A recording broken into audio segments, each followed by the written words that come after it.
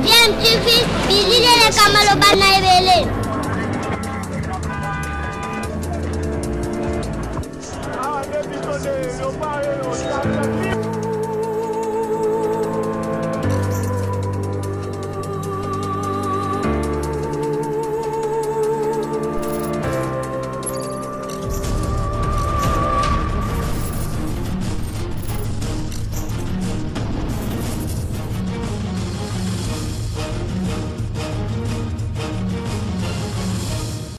tu veux toujours un enfant. Maître Charles Mouchidi, bonjour. Bonjour. Vous êtes avocat au barreau de Kinshasa-Matete. Comme vous le savez, Vital Kamerhe, directeur de cabinet du chef de l'État, a été placé sous mandat d'arrêt provisoire.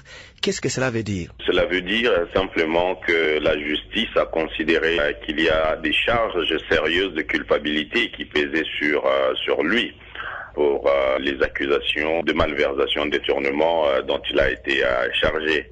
Mais il faut relever très rapidement deux choses. La première, c'est que un directeur de cabinet n'assume pas une aussi lourde responsabilité lorsque on sait que ce n'est pas lui qui a la signature. En fait, le directeur de cabinet ne signe que par délégation.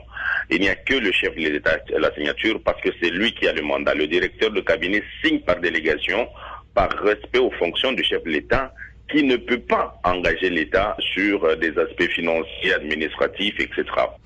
Mais qu'est-ce qui explique qu'il ait été conduit directement à la prison de Makala après sa première audition? Déjà, il y a beaucoup d'entorses sur le plan juridique parce que l'ordonnance qui organise le cabinet du chef de l'État, qui organise la collaboration du chef de l'État avec les membres du gouvernement, donne au directeur de cabinet un rang qui ne permet pas à ce que sa détention soit ainsi organisée.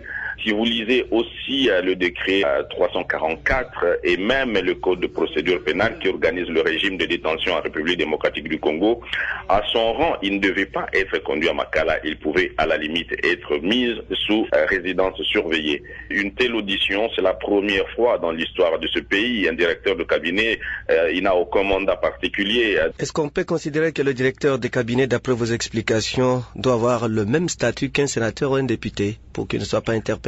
Il a rang de ministre d'État avec tous les avantages et donc notamment cet avantage est lié au régime de détention qui doit lui être appliqué. C'est par respect au statut, par respect au rang de la dignité qu'il occupe. Et ça, c'est de la loi.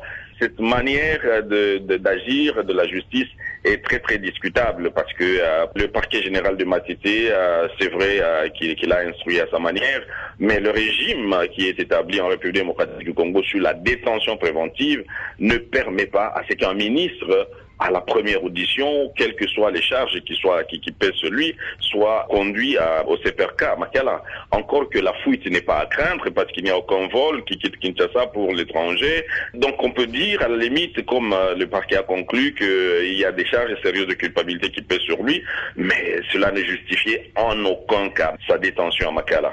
Vous avez parlé tout à l'heure de la résidence surveillée, que la prison de Makala. La différence, c'est quoi? La différence, c'est que ce n'est pas n'importe qui doit être mis sous régime de détention préventive dans les cellules de Makala.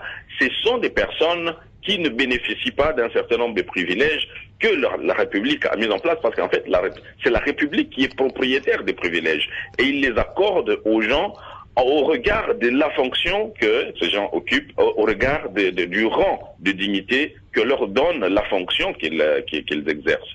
Tel est le cas d'un directeur général, tel est le cas d'un ministre, tel est le cas d'un premier ministre. Cet envoi à Makala viole fondamentalement le principe des privilèges qui sont attachés aux fonctions d'un directeur de cabinet du chef de l'État. Dans le cas actuel de Vital Kamerhe, combien de temps peut-il rester en détention provisoire? Le régime de détention provisoire, il est clair du point de vue des articles 27 et suivants du Code de procédure pénale.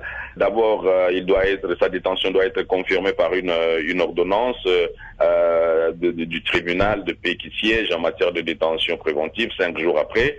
Mais on peut prolonger de 5 jours à 15 jours et pendant tout le temps que le magistrat considérera qu'il doit avoir accès à lui chaque fois qu'il ait besoin pour un acte d'instruction du dossier. La détention préventive peut prendre le plus de temps possible que les besoins de l'instruction l'exigent.